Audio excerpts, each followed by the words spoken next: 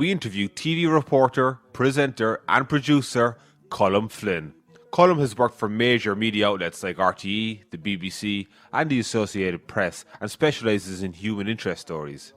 This year, Colm has been based in New York City and produced powerful RTE Nationwide episodes highlighting the plight of Irish Americans living in the Big Apple during COVID-19.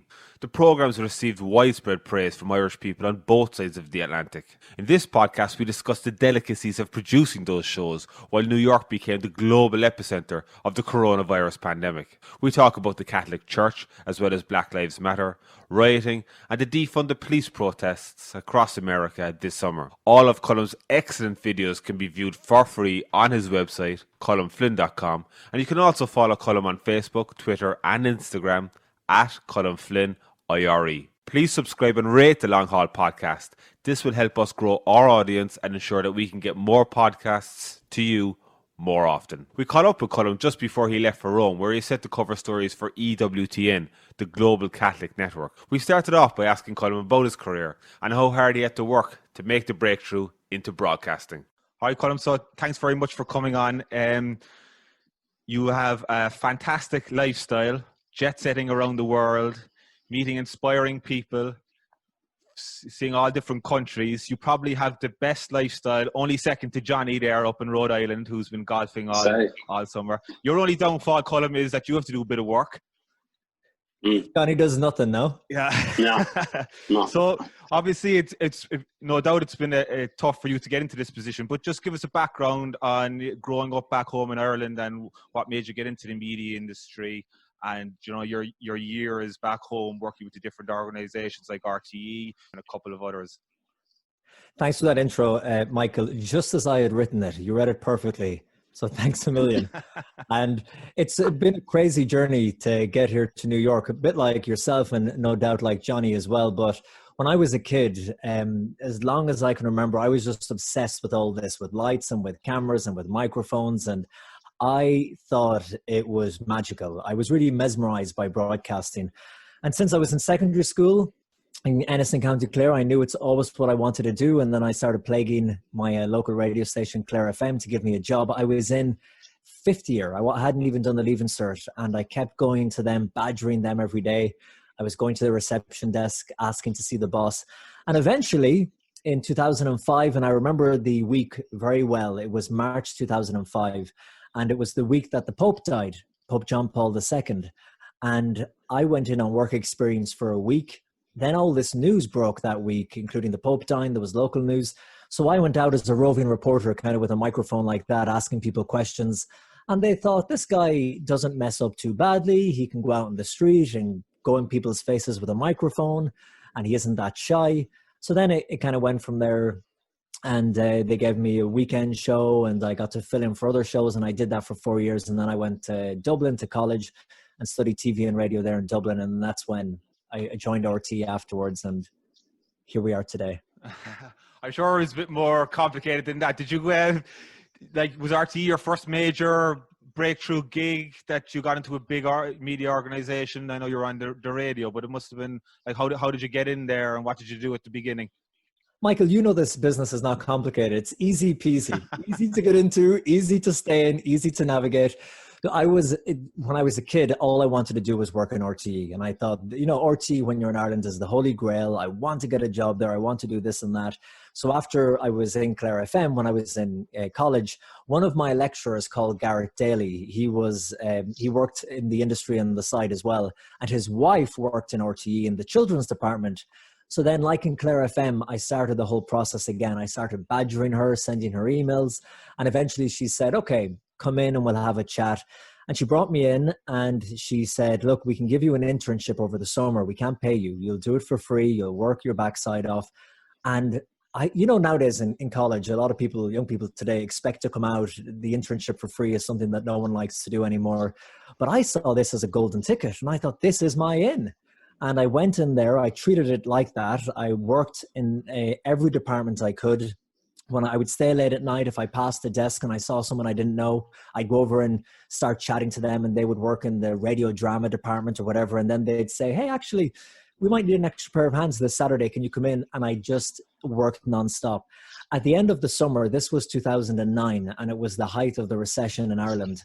RTE was losing, I think it was around 30 million euros a year. So they had a hiring freeze across all divisions. And they said to me, that was a great internship you did, Colm, but there's just no way we can keep you on. It's impossible. And remember, RTE then and still is very unionized.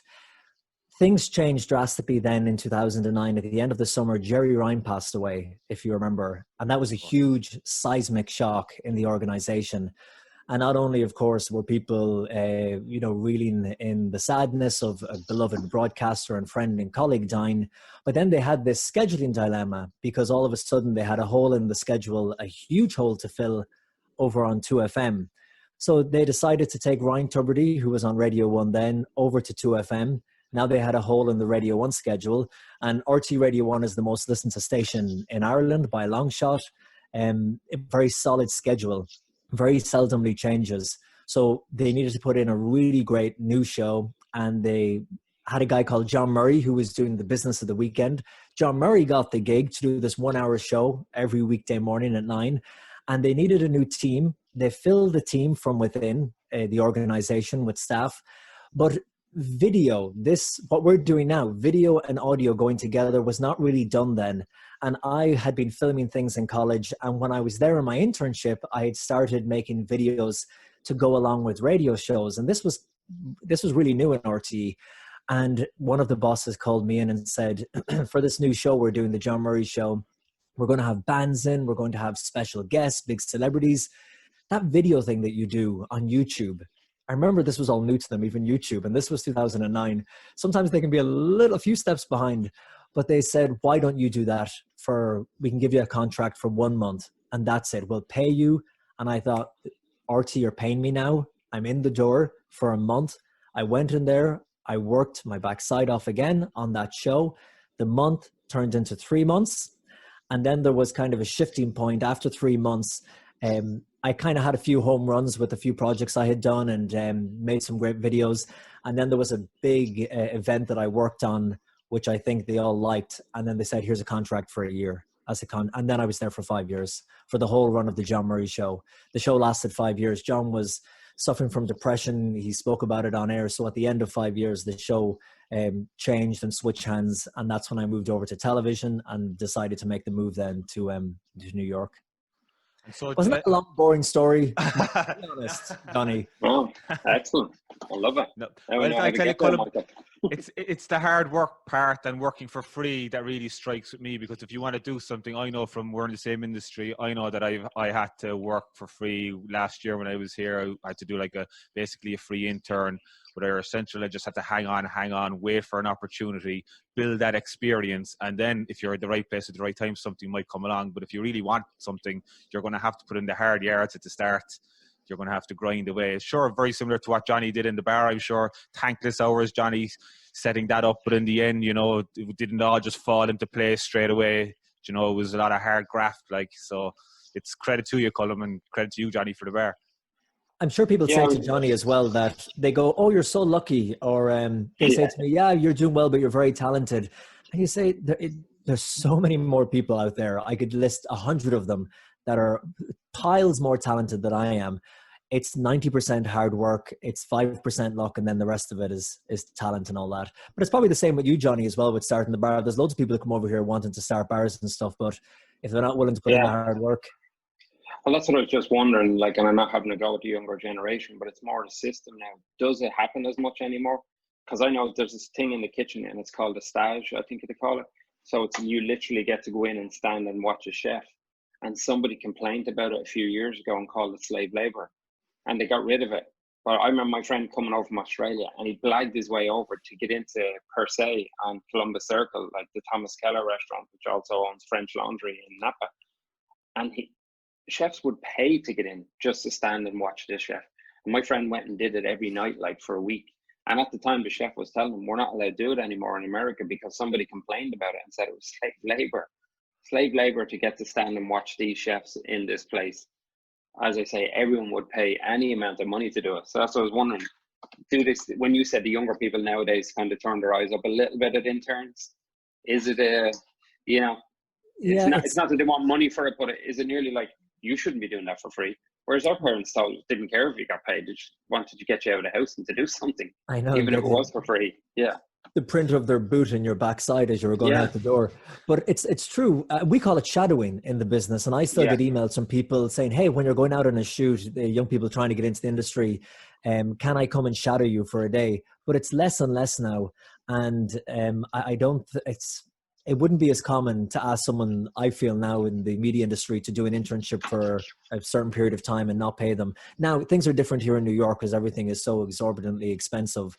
But I kind of feel it's the same back in Ireland. Like when we graduated from college, I remember because we had that piece of paper, which in other industries maybe means more than it does in the media. But in the media, I studied for 4 years in Tala, now DIT, part of DIT. But I got my good degree at the end of 4 years. But in all the TV stations I've worked for and radio stations, and that includes the Associated Press, BBC, RTE, lots of different stations, never once did any network say to me when I was having a coffee with them or in that meeting room, show us your college degree. What they all want to know, show us what you've done, show us what you've made, and give us your ideas. And if you're shadowing people and working with production companies for a certain period of time for free, you normally have access to their equipment, to their resources sometimes, and they'll help you and encourage you in getting your ideas to fruition. So I think it's the best thing I ever did. That 3-month free internship was just, and then it led to 5 years in RTE where I got to travel the world for TV and radio. I was getting paid then, and it was the best investment ever. It's funny because bartending in New York is exactly the same, and it's just in the way you said, like the degree and the whole thing. You'd arrive in New York, and it's kind of like, it's funny, but it's stupid at the same time. And the first thing they'd say to you, have you any New York experience? You've literally told them you've just arrived over, and they don't want to know. And even if you say you've worked in a bar in Ireland, sometimes that nearly goes against you, because as you've both seen now, you lived here, the culture is so different. There's a respect level to the bartender in New York. There's nearly this, I don't know what created that. I'd say it was the buyback. I'd say it was, we're like, better get on his good side if we're going to get a free drink off this fucker. Otherwise, we're not going to get anything off him. But it was funny because you'd get here and you'd say, no, I've no New York experience. So what we did a lot in the long haul, because people had done it for us, we used to let guys come in. I would literally, similar to what you would RTE there, I'd say, I don't have a job at the long haul, but I said, come in and work for 3 or 4 nights. Work for Chris. He can have something to eat and a few drinks. But at least then when he went to the other guy, like, some bar owners must think the long haul is massive, because the amount of lads that went around looking for work and said, yeah, I'm working in the long haul. But they weren't actually working in the long haul. But if they did 4 nights training in the long haul, at least when they were going to some of the guys, whatever, that's all they wanted to know. They just wanted to know how you worked with the change. Like now it's all card, but even giving change out in America as opposed to Ireland. In Ireland, you'd give the exact amount of change. Like if it was $10.50 was the change, you would give them $10 or €10 and the 50 cents. You do that in America, you're not getting a tip. So you got to give him 5 singles and 5. You know what I mean? Otherwise, the guy, because you give a guy back a 10, you're okay. You didn't break the 10 for me. You're not getting a tip. Something as simple as that. A guy coming from Ireland, that actually took more training than anything. But like you said, we used to just let them do it for free, and it was worth it, like for them. But nobody bitched about it. They were just so happy to get in behind the bar and be able to tell someone they had that experience.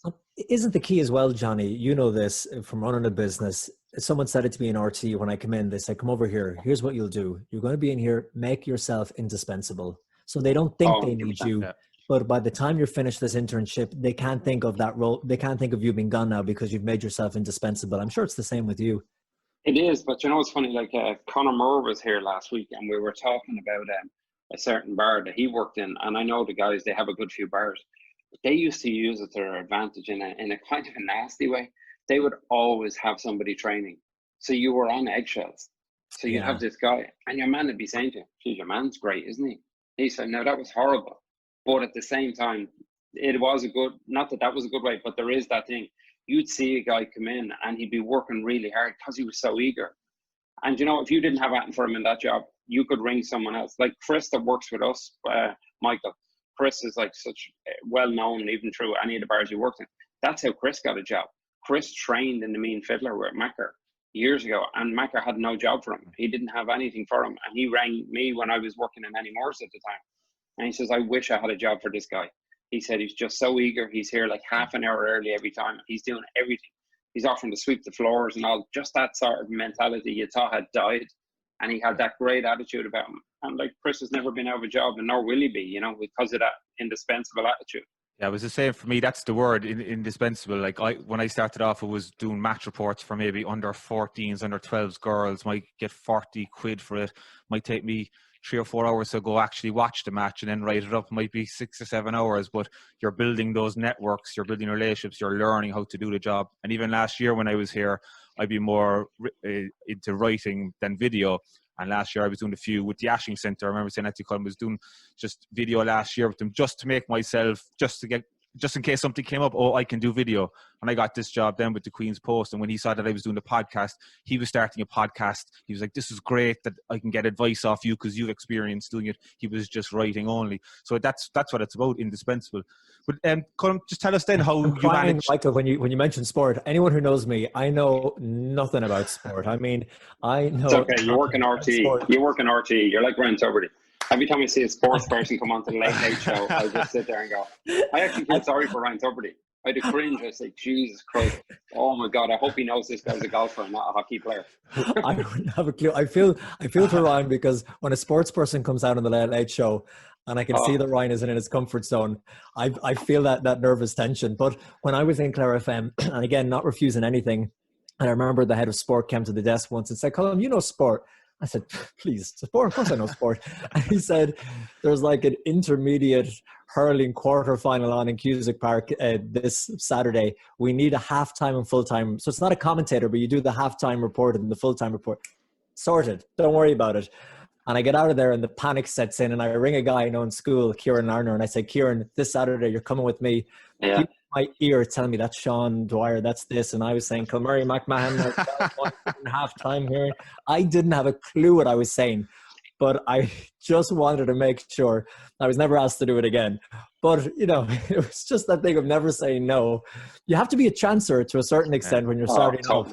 When I landed here, I never wrote about boxing in my entire life. And I got an opportunity. I made a contact. And there's Katie Taylor was fighting there, and where was it? It was down in Philadelphia. Will you do a report for the Irish Times? It's like, the Irish Times, World Championship Boxing, Katie Taylor, first time ever writing about boxing.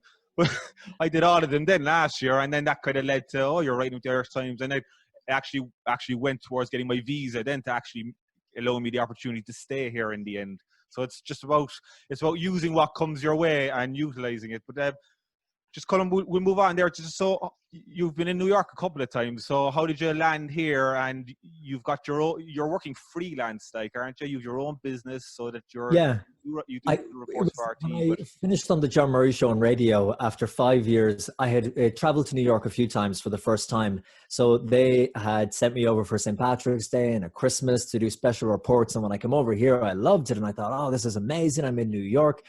And then when the John Murray Show finished, I always had it in the back of my mind. I'd love to go back and kind of give it a crack at the whip. And then I joined the Today Show on TV with Dahi and Mora from Cork. And I was like their roving reporter. So I did that freelance for a few years. And I started testing it out. I came over for the summers because I was wise enough to know that I had such a good experience in New York, but I was doing it on all expenses. I was staying in a hotel in Manhattan. You know, everything was paid for by RTE. So I maybe had an unrealistic view of what it was like to live in New York. So I came over for a few summers. I really loved it, lived in Brooklyn, lived in Manhattan. And then I decided to pack in what I was doing in Ireland. And I said to RTE, to Nationwide and the Today Show, look, I'll still do freelance stuff for you from the States and I'll go over. And that's when I started working with the BBC. So then I started doing loads of radio documentaries and TV reports for BBC from here in New York, and then started pestering networks here, and the cycle starts again. So it's still like you're well established now, Colm, but it's still a tough slog to kind of find stories or find opportunities here, finding jobs, like not having a consistent salary or consistent wage. Thankfully, yeah, at the start it definitely is. And then I think the more you prove yourself and the more you go to them with stories, the tide turns, then they come to you with stories. So I was always pitching to BBC at the start and very grateful for any airtime I got. And then I noticed my phone started to ring and it was someone in London or someone in BBC Manchester saying, hey, Colm, can you go do this documentary and that? And then they got bigger and they were saying, hey, Colm, I remember one day I was here in a cafe and they called and said, can you go to Argentina next week to Buenos Aires to interview the Pope's nephew? So they started trusting you with these bigger stories. So then I got to the point where I couldn't keep up with the work. Thank God. The phone was calling the whole time, and I was going to Estonia to do something next week in Argentina. There was 1 year where I was on like 50 foreign trips, just flying around, which was a bit too much. But then recently I've started working more or less full time with EWTN, which is this big global Catholic network. So I have a year's contract with them to produce a certain amount of content. I still do some freelance stuff on the side for RTE and BBC, but the majority of the stuff I have to do now is with them. And that's what's bringing me to Rome next.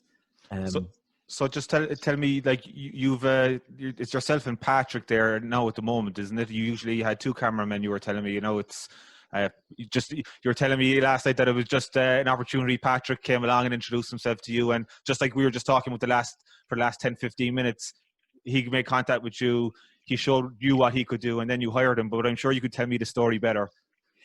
Yeah, there's a few cameramen I've worked with in New York, and Tom Rowley is a great cameraman I've been working with for years, and we'd go out as a team. He'd be shooting things. I would cut them together.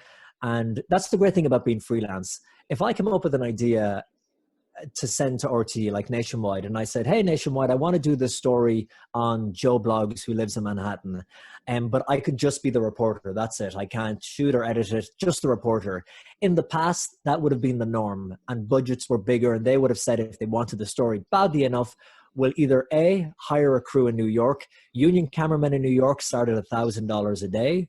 So you'd need, and a cameraman won't do sound, so you'd need maybe another $500 for sound. You'd need lighting, that'd be another couple. So it's huge costs. Or they fly a crew over from Ireland. Nowadays, that's all changed. So they say to me, Colm, we like the story. We don't want to send a crew. Just give it to us ready to broadcast. So I have to hire the crew, whether that's one cameraman, 2, 3 cameras, if it's a big setup. And I used to always work with a couple of cameramen. And then when COVID hit, the main cameraman I was using, Tom, he's asthma, so he wasn't able to work throughout COVID. I had met this guy in Bushwick in a cafe, Patrick, in November, sitting in a cafe, working on my laptop, and we got chatting, and he said, you're from Ireland? I said, you're from Ireland. He's from Sligo, I'm from Clare. And he said, I work in graphic design, but I do camera work on the side. And he said, God, I'd love to work with you at any stage if you need a helping hand and just come along and help out. He very much had that attitude. I just want to help. And I said, okay. Took his card, put it in the back pocket, and then at Christmas we had a bigger shoot than normal on because it was being sold. It was for RTE and BBC and EWTN, so for 3 networks. So we had a bit of a bigger budget, and it was an interview with Santa, but he had like an amazing backstory. He became Santa during the Vietnam War, and it's just an amazing character. He also runs a school for Santas in the summer, and he's the most in-demand Santa in Hollywood. He's the real deal with the beard and all that. So we wanted to shoot this beautiful, magical... Not Billy Bob Thornton then. It's not Billy Bob Thornton and Bad Santa, no. What did you say, Johnny? It's not Billy Bob Thornton from Bad Santa, is it? No, it's not. Tim Conaghan is his name. Kind of like him. Kind of like that one. He was an alcoholic, Really? I love him. Yeah, you got to watch it. It's funny. It was just an amazing shoot. And then we hired your man, Patrick. Patrick came in and he did an amazing job. It just looked beautiful. And then after it, coronavirus hit. And I called him and I said, my regular cameraman can't work. And he said, funny, I'd just been let go from the company I was working in. So he started working with me more or less full time and has been since. He's downstairs editing right now. Awesome. Jeez, brilliant. So you did a couple of COVID stories. That initial one with Nationwide, I think every Irish American in New York or in America saw that. That was really, really powerful.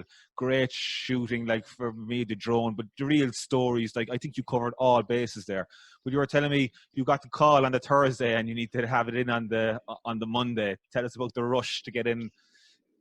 When COVID hit, I'm sure like yourself, Johnny, and like you, Michael, it just caught everyone by surprise, and you're trying to sort out what you can do, what's allowed by law, what's not allowed. And we'd started covering the stories for BBC and RTE. And then normally, because Nationwide is an Irish program, it's in the name, Nationwide, so it covers Ireland. And the odd time they'll take a report from me in New York or whatever. But it'd be rare that you'd get a full program from another country unless there was a really good reason. So they contacted me and we were talking about how we might be able to cover it in a report. And then they called back and said, listen, we got the budget together. We want a full program from New York. And I thought, okay, well, we can do this, stories, find them, research them, set them up, book the crew, go film them, then edit them. Normally we'd spend a couple of weeks doing this, but because things were changing so quickly with COVID, if you shot a program in 2 weeks, it would be out of date. everything would have changed. You couldn't broadcast it because we wouldn't be adhering to the social distancing rules and so on. So they said we can do it, but this was on a Thursday. We need it Monday night. It needs to be on air, prime time, 7:00 Monday night. So I remember for 4 days, we just sweat blood and tears. Myself and Patrick got no sleep. We've started ringing around. And like you want to cover all bases because people watching back home, everyone has a connection with New York or America. They want to see how their sons and daughters are getting on. They want to see how their elderly cousins are getting on, how the bar staff are doing, how the undocumented are doing. And dare you leave one out, you'll hear all about it from the audience. So we were just ringing everyone. We tried to cover as many bases as possible. We didn't get them all in the first program. And then we went back and we did a second program where we got some undocumented and all that. But you're right, the reaction was phenomenal. We watched it here going out. We delivered it just a few hours to go. Nationwide were screaming on a phone. I was sitting right here at this desk. I had the executive producer of Nationwide, Owen Ryan, having a heart attack on the phone, looking at his clock in Cork. It was just a few hours to broadcast. They didn't have it. I had it here. And I just didn't want to send it until we had it perfect. And then we sent it. And then, transferring a file over the Atlantic, over the internet, a huge file of half-hour show. And if we transferred it, and I thought, okay, we've got 2 hours to spare or something. And then there was a problem with the transfer. It failed halfway through. So we're starting from scratch. And I'm thinking for the first time in my career, we're going to miss this broadcast. It's not going to make it. Whoa. We got it in. They took it. I shouldn't say it, but I don't even know if they viewed it beforehand. I'm sure they did view it beforehand, but it more or less went out nearly as live. And myself and Patrick, we finished editing it here. We went into the sitting room over there, opened the laptop, and then watched it going out live. And we said, we just sent that. We clicked send on that like 2 hours ago. Whoa. And we watched it. And then our phones just blew up. And it was such a relief that it went down well. The tone was right because people were dying. And, you've got to get the tone right. And I think the tone was right. We had a beautiful singer, Niall Connolly, at the end singing and shots of New York. And then 2 weeks later, we did a follow-up program when things got much more serious. Yeah. Are you nervous, Colm, when you're putting that out in the sense of how it's going to be portrayed in some way? Now, I agree with you. I've seen it was nailed. But actually, for a lot of us, I got to see how bad New York was by watching that. And I'm living in New York because everyone had gone lockdown. So I was literally sitting in Sunnyside. And then my phone is blowing up. And it genuinely, you're not exaggerating, it does blow up. And because when you get that mate that texts you that never texts you, stuff like that, that they've watched the same thing. So the way you portrayed it was brilliant. But I even found I didn't even think it was that bad. Well, I did think it was that bad, but to see it, as Michael said, to see the drone, you were even there near close to the Long Hall on 34th Street, and to see how dead it was. And then I found myself nearly defending it when people were texting. And so they wouldn't worry, because I was like, you know what, it's fine where I am. I said, I'm grand and blah, blah, blah. And then I was even questioning myself, is it that bad? Well, it is that bad. And it was that bad. And as your follow-up showed, it got worse. It really did. So it was a great piece, but did you find yourself worrying, is that going to look worse? Or is it worse or is it better? What way is it to explain it nearly? Yeah, Johnny, that's such a good question in that, because you don't want to over sensationalize things. We can take a drone shot of New York looking quiet and you look at it and go, oh, we can put a bit of dramatic music onto that, add a slow zoom in, slow the speed down 50% into slow motion. And next thing it looks biblical, like apocalypse. Right. So there's so many things at play. We want to portray what it's really like, the severity of it. We want to do it in a captivating way that keeps the audience watching, because nowadays it's so competitive for eyeballs on TV screens. We don't want to over-exaggerate it. We don't want to underplay it either. Because remember, this was a time when the Department of Foreign Affairs, I think it was the Department of Foreign Affairs, the Irish government anyway, were issuing a statement encouraging Irish people to come home. They were saying Irish people on J1 visas, Irish people who don't have health insurance, who haven't got full-time employment, we recommend you come home. It's that bad. And I was getting so many messages from people saying, my mom is badgering me to come home. My dad won't get off my back to come home. What do you think? So I knew this program was going to make a lot of moms and dads either relaxed about it or calling Johnny and Mary and telling them to get now. So I think we hit the balance right, but I got people getting in touch with me saying, you originally thought, it's not that bad. I got people saying, Colm, you should come up here and film in this place. We've had so many deaths. And actually, one of my friends who was in program 2 was the Irish undertaker. And he saw the program and he said, Colm, you think that's bad, what you showed tonight? We normally do 3 funerals a week. He said, we're doing 6 a day, and we're a small funeral home. And that's when I said to him, can we come up and film? And he said, come up, I'll open the door. You can do whatever, you can shoot whatever you want. And that was an amazing opportunity. When we went up to his funeral home, and I think that really made me realize that it was bad, was when we walked, because when you walk through New York on a sunny day, even at the height of it, through the park, you see the sirens and the tents, but it's still a beautiful sunny day. And it's easy to go, well, it's not that bad. It hasn't affected me or my close friends. But when we went to his Irish funeral home in Yonkers, and we opened the door, and in his waiting room, which is normally for family, was just cardboard boxes everywhere with bodies in them and sheets on the ground covering bodies. We saw them right there. And then I thought, wow, this is not normal. That was Phil Anderson. Was it Colm? He's a Cork man. Clive Anderson, Cork Clive man, Anderson. Yeah. And, you know? No, I don't. But I was just watching it, and geez, I actually watched it again there last night just to research for this. But like it was powerful seeing it on video. But you were actually there looking. Like, we've all been to the removals, the funerals. You know, we might see a loved one laid out there in the funeral home or whatever. But you're up there in a morgue, and you see there must have been dozens of bodies all zipped up. How did that impact you, or how did you take that? It's only in reflection when you really think about it and looking back, because at the time, I'm sure, like Johnny on a busy night, like you, when you're up against the deadline, Michael, you're so focused, you're laser focused. And sometimes you're not taking in the reality, what's happening around you. I'm looking at Patrick, thinking, are we getting the shots? I'm looking at Clive, listening to what he's saying, do we need to record that? Do we need to put a mic in him? You're looking at all these different things. You're in the moment, but you're kind of in work mode moment. But it did strike me when we went to the cemetery, because the rules at the cemetery were that only one family member could enter. And so there were no cars from family members. There was no family at the funerals, but yet there was a traffic jam to get in. And the traffic jam was hearses. There were hearses back to back. I remember that was one thing that I saw, and I just went, you get shivers down your spine. I looked at it, and we saw hearses kind of stretch back, and I thought, wow, that is just something I'll never see again in my life, hopefully. And that was one of the more surreal moments. But it's only looking back the footage, and myself and Patrick, when things have calmed down a bit, have a few moments, we've seen a clip come up on Facebook, or someone has shared something we've done, and I say to him, can you believe we did that? Can you believe we went and made this? Like, at that time, we took that in, but I'm sure it's like everything you're doing as well. When Johnny, when you look back and say, can I really believe that I had to close up the bar, and like this all happened in a short period of time, and no one still knows what's going to happen next? Like, we're 6 months, everyone's like 6 months closed now. Like, and that was the other thing I was going to hit on, which I was saying to Michael there before we come on. When you hear people say, oh, I know people that emigrated. I literally know of about 10 people that have literally moved home this week. And these are not J1s. They're not people that are on, like, we're here for a year and two. Some of them are undocumented. Most of them have green cards. Most of them are citizens.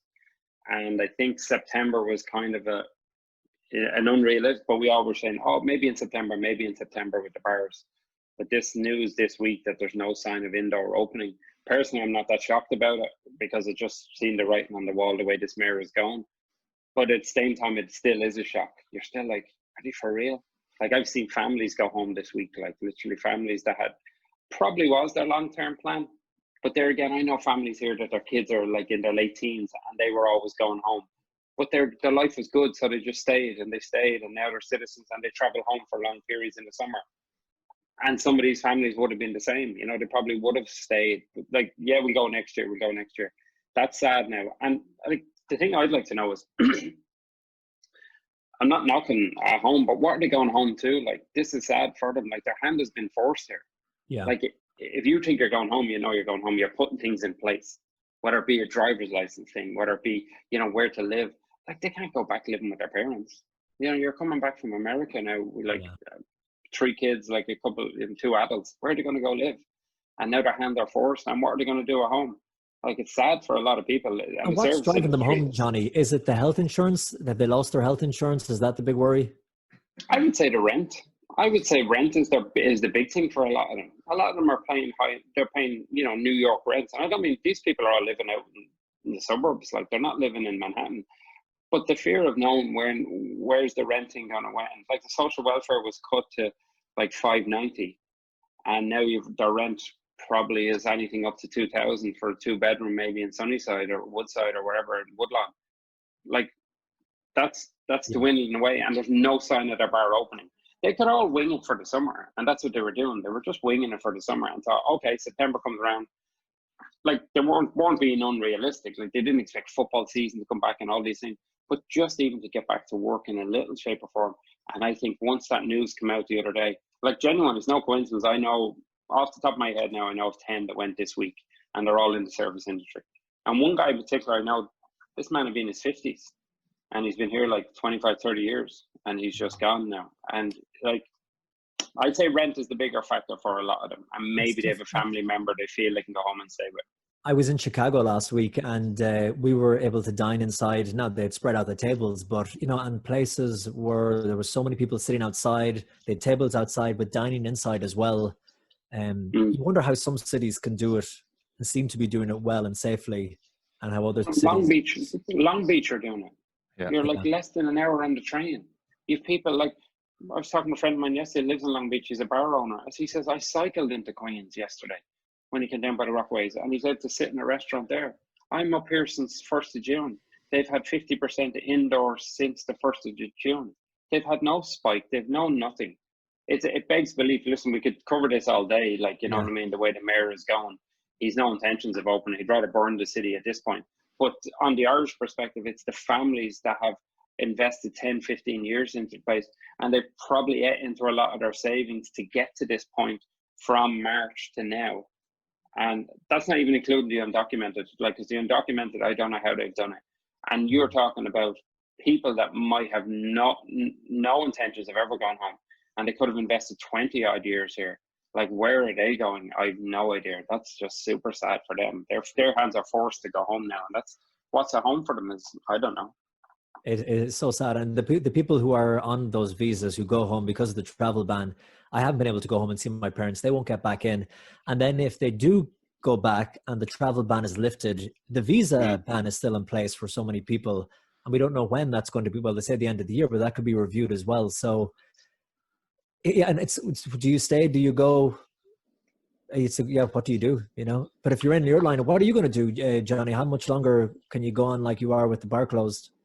Well, it's more how much longer can the landlord go on. Like, the landlords have been pretty decent to me up to this point, but like they haven't done a whole lot for commercial landlords in Manhattan. So at what point, like, it's very easy for people to sit around and they do say it like, oh, what's the landlord doing for you? Is he giving you a break? Is he doing this? Where's his break? Yeah. What are they doing for him? It's not every landlord is like an SL Green or the Trump or something. Yeah. They're not all multi-millionaires. And even if they are, they're not going to take a hit. Some of these buildings they have is mortgaged up to the yin-yang on the other building, on the other. It's not going to end well. Like, we're lucky enough now with the long haul in a sense. He's been pretty good to us. But at what point do I make a deal with him? So let's say I agree to pay him 50% from now. Now till when? When do I open? Like, when are you going to open? A lot of my friends did deals very early, and they were right to do them at the time. But now all of a sudden that deal is not looking so good. So where do they go from here? Like, I think, and I probably said this in a previous podcast, January and February will be a pretty bleak time in New York for the bar business. Because if we can't get open now, even at 25% like New Jersey or stuff like that, 50%, if we can't do that in September, what chance have we got in January or February? So people are going to walk away from bars in January and February. It's tough. And I know the restaurants, like, you can dine outside and all that now, but when it starts getting cold, but bars aren't. I heard you say this before in a podcast, that you created the atmosphere in the long haul of the pop in for a chat, the cozy atmosphere, neighborhood bar. You can't have that really out in the street with traffic whizzing by and all that. And if you want that setting out in the street, I'd be more inclined, go to a restaurant if you're sitting down for a meal. But you look at it. But like, you look at it and you see, like, there's people like with restaurants and stuff. Any of these bars that are open at the moment, they're all open on the basis of the PPP loan money. Anyone, like all my friends, they're not making money. They're running their bars based on that loan. Like, certain in the neighborhoods are doing fine, maybe Upper East Side and Upper West Side, different places. But anyone in Midtown, the only reason they're opening is because they're burning through that money. So when that money's gone, where do they go then? And that'll be gone. In some cases, they might get a Christmas out of it. A lot of them probably right now, I spoke to a guy yesterday and he's 4 weeks left on the PP loan money. So when that's gone, he's basically looking at his landlord and then he's gone. But all the jobs are gone with that. And we're only talking about the Irish here, guys. I'm saying, what do we go home for? At least we can go home. What about the Spanish guy? What about the guy, like, where are they going? They came here, like, they spent a lot of money to get here. They've no other option. I had one of my cooks text me last night and asked us to write a letter that he needs basically within the next 3 or 4 days to give to his landlord. And the letter is me stating when he was last paid and when he's last got his check to prove to try to get a reduction. And this is a guy with 3 kids, like, he's 3 kids under the age of 10. Like, where is he going to end up? It's not like he can head back to Mexico and all's fine. His family in Mexico are relying on him in America making money to send home to them. You know, where's that going to end? There's also quality of life issues here. Now I cover crime daily here in Queens, and just the rate of violent crime in New York City alone is just spiraling. Murders, shootings every weekend. And the billionaires have left, and the moving agencies have seen a 70% increase in movings. People are fleeing the city, and it's going to be like this. If the bars aren't open, the bars won't be open at 100% until February, I'd say, at this stage. So we've got a couple of months ahead of us. Yeah. And I do think after the election, I do think we're going to see a flare-up of rioting and looting once again when the election results come in. I think it's going to be contested. It's going to be going on for a couple of months, and we could see a return to those riots that we saw earlier in the summer. Michael, when I was in Chicago there last week or the week before, I was walking through downtown one night, and like I said, lots of people sitting outside, look beautiful. And then, phone is ringing here, I think. Sorry about that. Call's coming in. That's probably another podcast. Call me make sure you ring me now if we go over 30 minutes. Yeah. The cue. That's the cue. Colm wants to go. Yeah. I said, say there's an emergency. That Dorgan's talking shite. That's me calling Colm. I said to Colm, if he goes over the half hour, I'll ring you. Sorry, I'm ranting on here. You cut me off whenever you want. But the one thing, in Chicago, I was walking through the city. I saw this beautiful big truck, like a black truck with a big trailer. And they had a kind of a ramp down the back. And I was walking past and I looked in and I saw them loading in a Bentley and loading in another Mercedes. People were moving their cars in and getting out. And I thought, wow.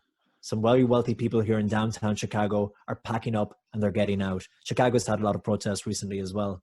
And were you there, Colm? I've seen the trucks up here, Michael. I've seen the New York trucks up here. I've seen the removal trucks up here.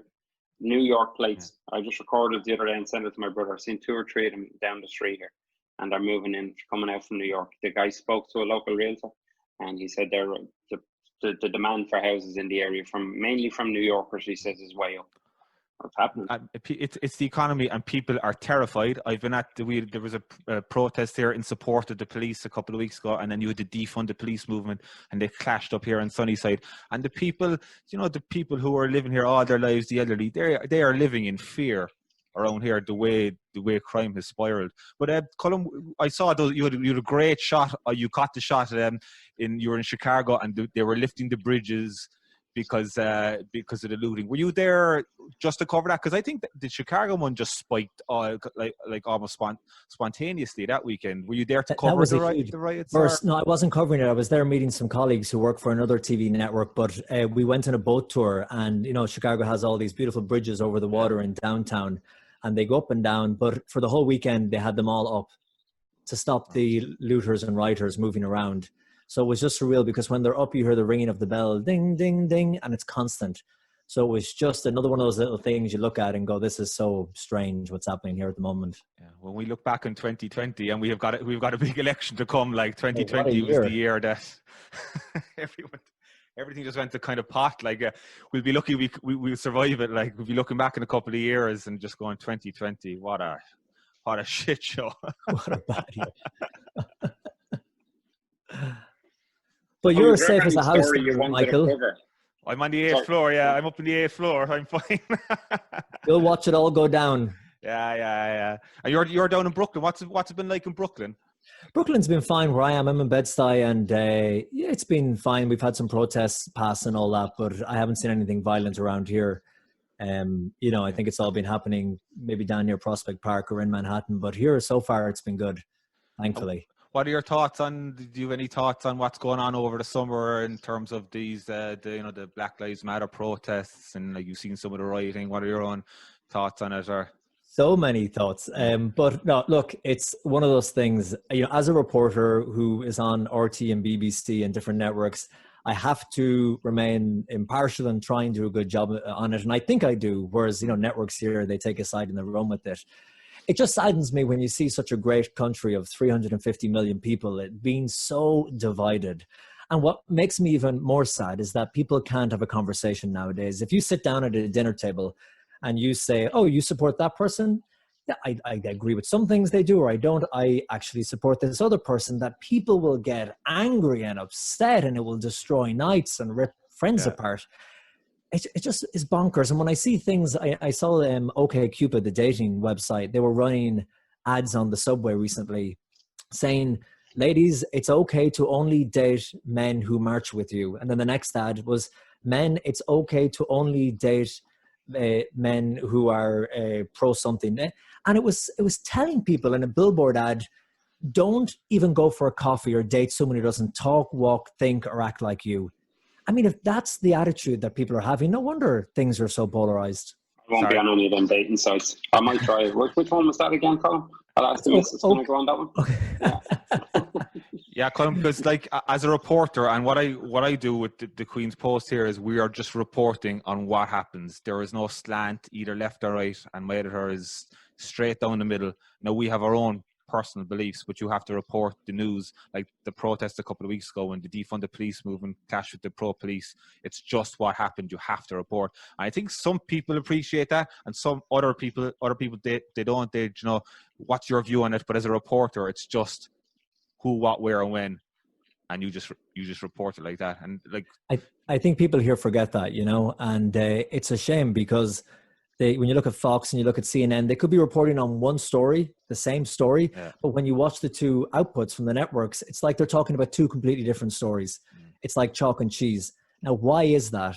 It has to be biased journalism. It is biased journalism. It's turned into showbiz and entertainment. It's advocacy journalism, I think, was the best way I described it. They're both pushing their side. The four main, the MSNBC, CNN, they're pushing the Democrats, and then you Fox on the right pushing conservatives. And at least you kind of know where it is. And Black Lives Matter fits into it, and it will sit well on one network and not on another. The masks fit into it. Everything is so politicized here. It's hard to find an event, a movement that isn't politicized. And if it isn't politicized when it begins, it sure as hell is when it's finished, and that wrecks the movement. That's the one thing I'm sad about the Black Lives Matter movement. Of course, it's something that we all stand for. We want equal opportunities and rights for everyone, especially those who are underprivileged, primarily the Black community in this country.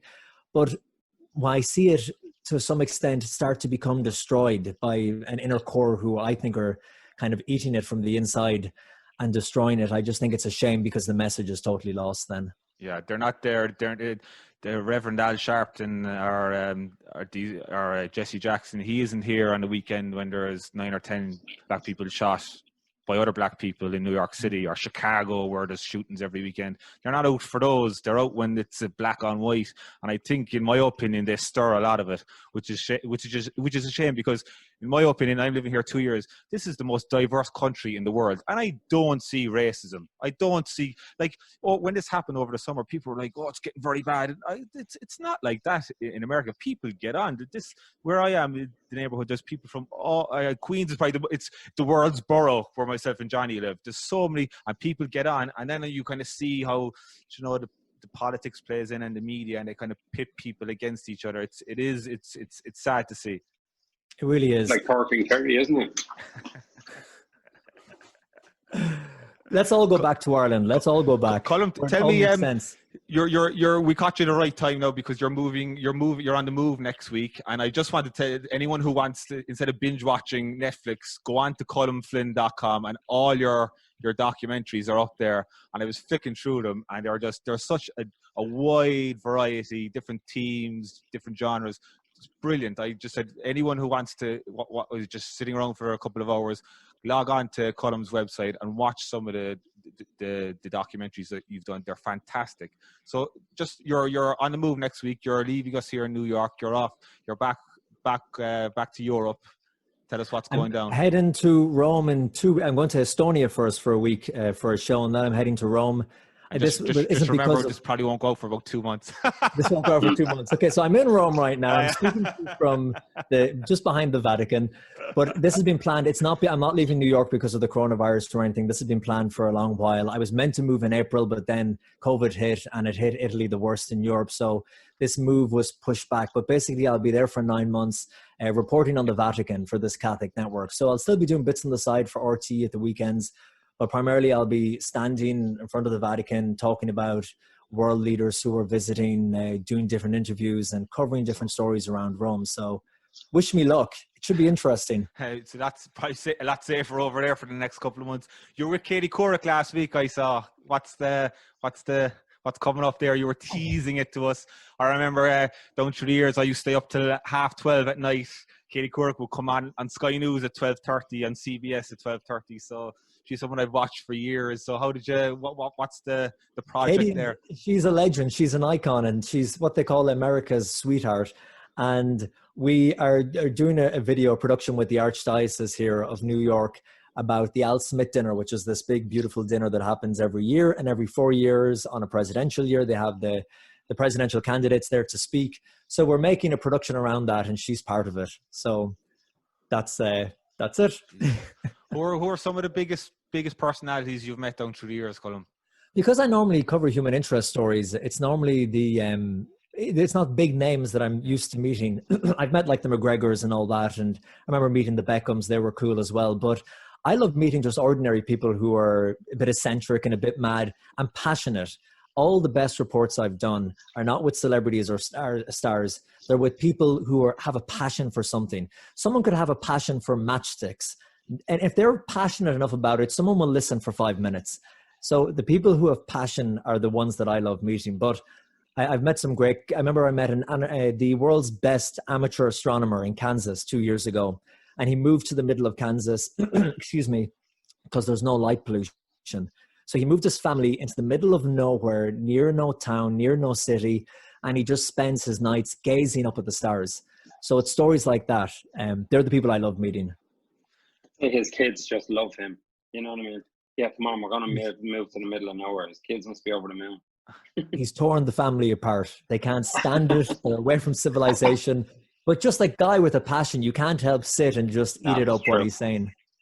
And is that the plan for the next couple of years, Colm, to kind of move around and do those kind of projects? Or do you intend on settling down somewhere? What's the kind of, or do you have a long-term plan? What's settle down eventually. You know, it's been 4 great years in New York, now Rome. Hopefully that will be a lot of fun too and interesting. And then maybe come back to the US, maybe go back to Ireland. We'll have to see what's on the table. You know, there's always little offers coming in here and there, but I just love the stories I cover now, so I want to keep doing it for as long as possible. But I'm not getting any younger, guys, as you can tell, so I'm going to have to settle down. Someday I'll be up at the perch, the height like you there, Michael, in Queens, looking down on everyone. And I've made it.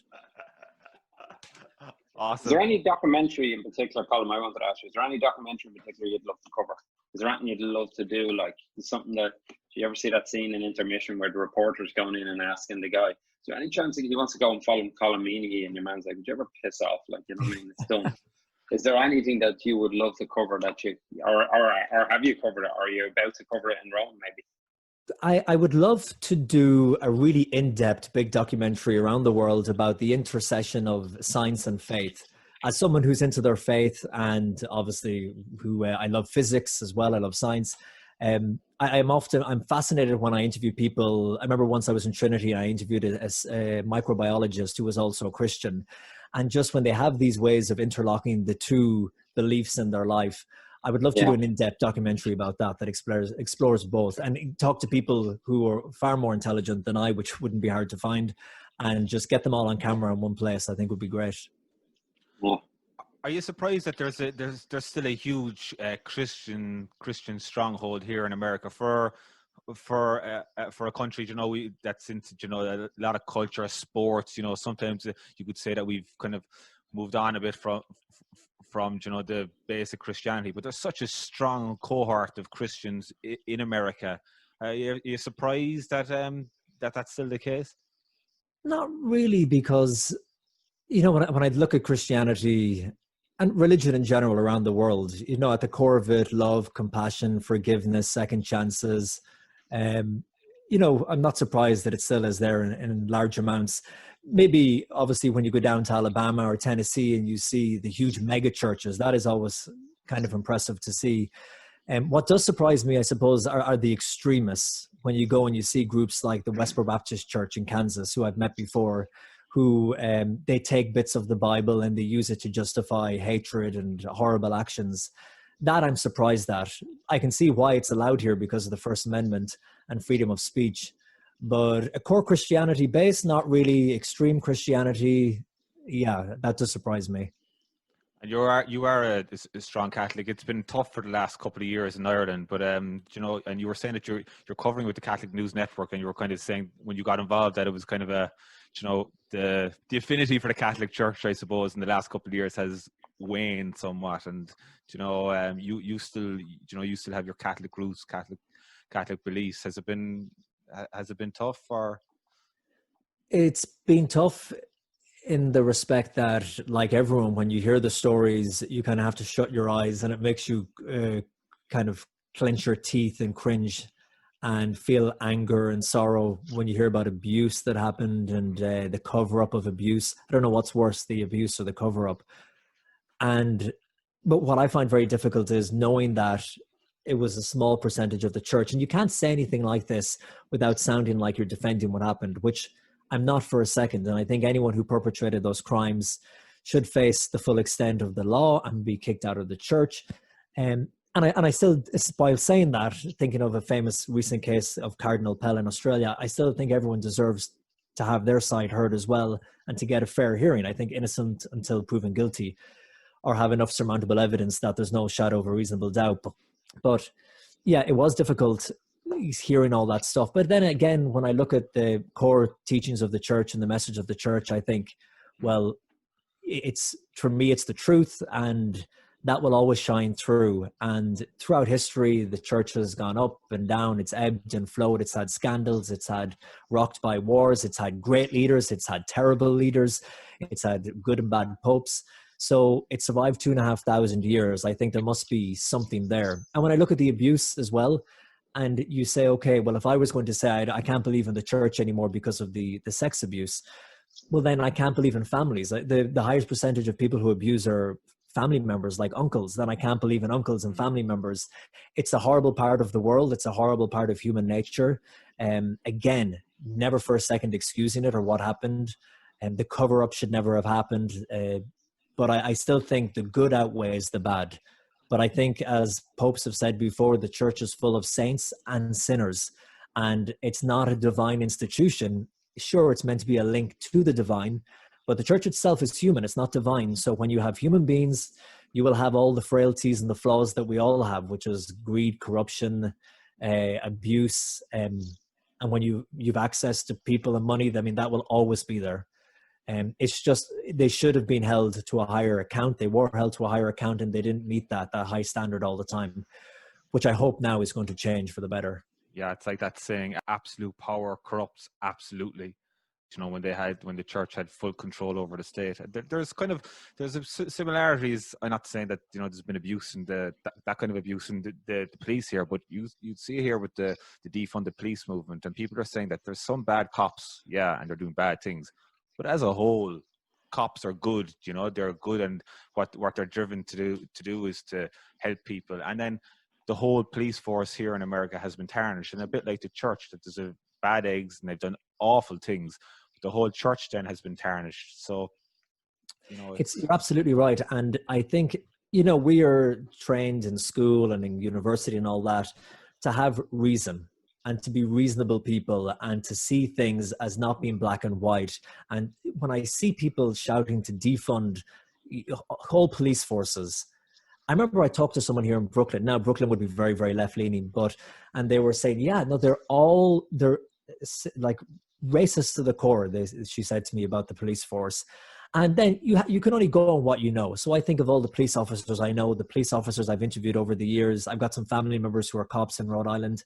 And I think, are they racist at the core? No. Are they racist at all? No. Do they just want, like all of us, to get by, pay the bills, and do their best to help others? It's complete baloney. There are a group of people who do bad things, but that's a small percentage, and it shouldn't paint a picture for the whole force. So I wonder how people don't have that reason anymore, especially online, you know, in Twitter and Facebook. And then I think, well, maybe because Twitter is such short bursts of information that there's just no scope to have that more reasonable, intellectual, in-depth conversation about something. It's just a quick defund the police, you know, black and white issue. If you support this person, you stand for that. Things are much more complex than that. Johnny, when you opened the bar now in January, I remember when the riots happened here, there was someone across the road from you. I saw a video. So the Long Hall there, Colm, there's a liquor store, or an offie, as we'd say in Cork, next door to the Long Hall, and the place was just being looted, like, you know. So Johnny, if you're opening up again in January, February, are you kind of concerned about the crime rate in the city, or? Oh, like, I don't think we have a COVID problem at the moment in New York. It's the crime that's the problem. Like, who's going to open now with the homeless and just the drugs? Like, you just go to Herald Square, just walk around any of them areas. My friends, my brother's in there. They've opened at the moment in Haswell Greens. And the biggest challenge I have now is people coming up and bothering the customers sitting at the tables, and get, like, literally they're standing up to you, you know. They're like, who are you to tell me? My brother told me one of the biggest problems is they're trying to come in to use the toilet. My brother's like, fine, like, you know, do you have a reservation? Because he asked me and you the same thing. He said, I need your name. I can't let you in. We need, you know, we need to do tracing. And they're getting aggressive back with them, you know, because there's nothing to answer to. They're not that worried. I'm not worried about the COVID as regards the bars opening. That's what I'm worried about is like, how would you go home in the evening time and leave a waitress there and a bartender on their own, like, in the bar right now? You wouldn't, like, you couldn't. So I think we're a long way from opening as regards that any of the bars. That's my take on it anyway. Yeah.